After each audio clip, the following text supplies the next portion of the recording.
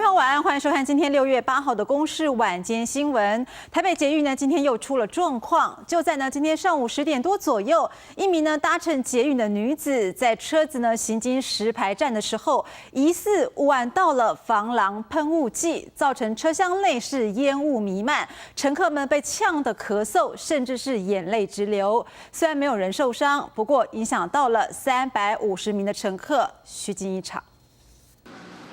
周日上午10点34分，台北捷运一辆列车行经石牌站时，车上突然出现烟雾。当时有民众紧急按通话钮，经站长查看，发现是有一名女子在车上按压防狼喷雾器，虚惊一场。会告诉捷运的人吧，就是他们的管理人员，请他们来做处理吧。因为这样其实对乘客来讲是一个很大的伤害吧。一句误喷就了事这样子，对。 警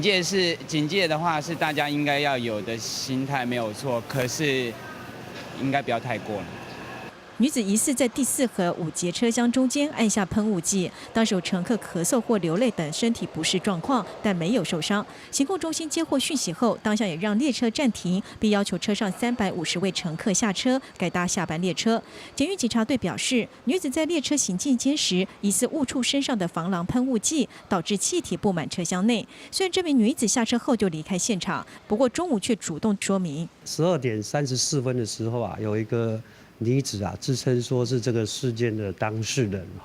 她也有到这个石牌站跟他们说来做说明。那这个讯息我们也有了，我们到时候看完录影带以后我们会通知她来做一个了解。 自从郑捷在5月21号在板南线江子翠站随机砍人事件后，北捷陆续出现状况。这个月6号，一名男子酒醉持刀进入北投站；6月4号，板南线发生男乘客癫痫发作，导致其他乘客窜逃时踩伤民众；6月3号，一名酒醉男子进入车厢闹事。另外，5月28号，自闭儿使用计算机时被误会要砍人；5月27号，男子持空气长枪搭捷运，以及6月8号上午的喷雾器事件，近12天来已经有6次类似的捷运 恐慌事件。记者沈小青、庄志成台北报道。